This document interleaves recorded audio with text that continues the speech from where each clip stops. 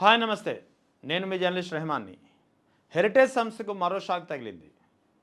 Heritage సంస్థ ఉత్పత్తులకు సంబంధించినటువంటి కొన్ని ఉత్పత్తులపై మరోసారి FSSAI food safety and standards authority of India FSSAI అనేది చాలా కీలకమైంది.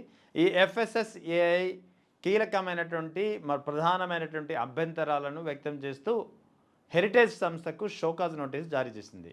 ఇప్పటికే హెరిటేజ్ మిల్క్ను కేరళలో బ్యాన్ చేసినటువంటి పరిస్థితి. తాజాగా హెరిటేజ్ సంబంధించినటువంటి టోటల్ కర్డ్పై కూడా హర్యానాకు సంబంధించి ఒక వివాదం తలెత్తితే ఇదే ఎఫ్ఎస్ఎస్ఏఐ జరిమానా కూడా విధించింది. అసలు టోటల్ కర్డ్ లేదనేది ప్రధానంగా వచ్చినటువంటి ఒక అభ్యంతరం. అంటే హెరిటేజ్ సంస్థపై పెద్ద ఎత్తున రోజురోజుకు ఈ ఆరోపణలు విమర్శలు పెద్ద ఎత్తున పెరుగుతున్నాయి. హెరిటేజ్ అనే సంస్థ నాణ్యతా ప్రమాణాలను ఏ విధంగానూ ఎంతమాత్రం పాటించడం లేదనేది ప్రధానంగా వివిధ సందర్భాల్లో వివిధ ప్రాంతాల నుంచి వస్తున్నటువంటి విమర్శలు అభ్యంతరాలు.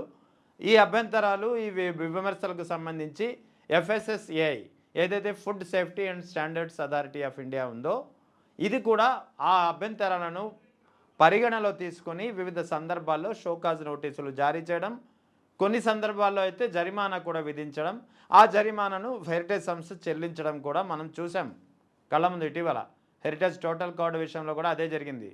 హర్యానా రాష్ట్రంలో సంబంధించినటువంటి అంశం ఇది. ఇప్పుడు తాజాగా ఇదే హెరిటేజ్ సంస్థకు సంబంధించి హెరిటేజ్ పన్నీర్ అనేది ఒక ఉత్పత్తి. హెరిటేజ్ సంస్థ వాస్తవానికి చాలా ఉత్పత్తులను మార్కెట్లో దింపింది. అందులో పాలు ఉన్నాయి, పెరుగు ఉంది, పన్నీర్ ఉంది, ఇంకా చాలా రకాలైనటువంటి అంటే ఈ మిల్క్ డైరీ ప్రొడక్ట్స్ ఏవైతే ఉన్నాయో అవన్నీ దాదాపుగా ఘీ ఉంది. అన్నిటినీ హెరిటేజ్ సంస్థ తమ ప్రొడక్ట్స్లో భాగంగా మార్కెట్ చేస్తుంది. సో ఇక్కడ హెరిటేజ్కి సంబంధించి ఇప్పుడు ప్రధానంగా అభ్యంతరం వ్యక్తమైనటువంటి అంశం హెరిటేజ్ పన్నీర్ విషయంలో. హెరిటేజ్ పన్నీర్ విషయంలో ఆ సంస్థ చేస్తున్నటువంటి ఒక ప్రచారం ఎంచుకున్నటువంటి శైలి ఏదైతే ఉందో దానిపై ఎఫ్ఎస్ఎస్ఏఐ ప్రధానంగా అభ్యంతరం తెలిపింది. అదేంటో ఇప్పుడు చూద్దాం.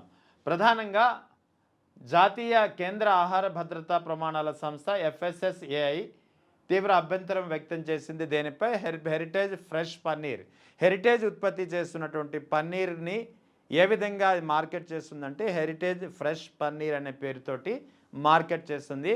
ఆ ప్యాకింగ్ పై కూడా హెరిటేజ్ ఫ్రెష్ పన్నీర్ అని మాత్రం ఉంటుంది. ఉత్పత్తి లేబులింగ్, ఎందుకంటే ఇక్కడ ఈ కేంద్ర ఆహార భద్రతా నిబంధనలు ఏవైతే ఉంటాయో ఎఫ్ఎస్ఎస్ఏ నిబంధనలు ఏవైతే ఉంటాయో వీటి ప్రకారం ఒక ప్రోడక్ట్కు సంబంధించినటువంటి లేబులింగ్ కానీ బ్రాండింగ్ కానీ మార్కెటింగ్ కానీ చేసేటప్పుడు ముఖ్యంగా లేబుల్ బ్రాండింగ్లో, మార్కెటింగ్లో అయితే అది ఓరల్గానే చెప్తాం కాబట్టి ఓకే. ఇక్కడ లేబులింగ్ విషయంలోనూ బ్రాండింగ్ విషయంలోనూ ఒక ఉత్పత్తికి సంబంధించి, అది కూడా ఆహార పదార్థాల ఉత్పత్తికి సంబంధించి ఉత్పత్తి లేబులింగ్ విషయంలో కానీ ఆ ఉత్పత్తి బ్రాండింగ్ విషయంలో కానీ రెండు పదాలు వాడకూడదు. అది ఒకటి ఫ్రెష్ అనే ఒక పదం, రెండవది హెల్దీ అనే పదం. ఈ రెండు పదాలని వాడితే అది వినియోగదారుల్ని మోసగించినట్టే, వినియోగదారులని మభ్యపెట్టినట్లే అనేది ప్రధానంగా వస్తుంది. అందుకే జాతీయ ఆహార భద్రతా నిబంధనల ప్రకారం ఆహార పదార్థాల లేబులింగ్ అండ్ బ్రాండింగ్ విషయం వచ్చేటప్పటికి ఫ్రెష్ తర్వాత హెల్దీ ఈ రెండు పదాలు వాడకూడదు. కానీ ఇక్కడ హెరిటేజ్ అనేది తన పన్నీర్ను బ్రాండింగ్ చేసేటప్పుడు ప్యాకెట్ పైనే హెరిటేజ్ ఫ్రెష్ పన్నీర్ అని ఉంటుంది. ఇక్కడ ఎఫ్ఎస్ఎస్ఐ ప్రధానంగా అభ్యంతరం తెలిపింది ఈ అంశం పైనే. హెరిటేజ్ ఫ్రెష్ పన్నీర్ పేరుతో విక్రయించడం అనేది వినియోగదారుల్ని అంటే కస్టమర్స్ని తప్పుదోవ పట్టించడమే. అదే కాకుండా ట్రేడ్ మార్క్ బ్రాండ్ పేరులో హెల్దీ అనే పదాన్ని వాడకూడదు.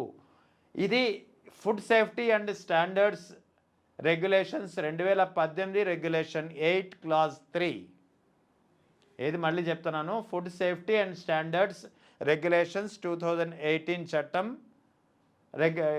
సెక్షన్ 8 క్లాజ్ 3 ప్రకారం ఇటువంటి పదాల వినియోగం అనేది వినియోగదారుల్లో ఆ ఉత్పత్తి ఆరోగ్యానికి ప్రత్యేక ప్రయోజనం. అంటే ఇక్కడ ఫ్రెష్ అనేటప్పటికీ హెల్దీ అనేటప్పటికీ సాధారణంగా కొంతమంది వినియోగదారులు ఇది చాలా ఫ్రెష్ కదా అని చెప్పి, లేదా ఇది తింటే హెల్దీ ఆరోగ్యం వస్తుందనే భ్రమలో పడి తీసుకునే అవకాశం ఉంది.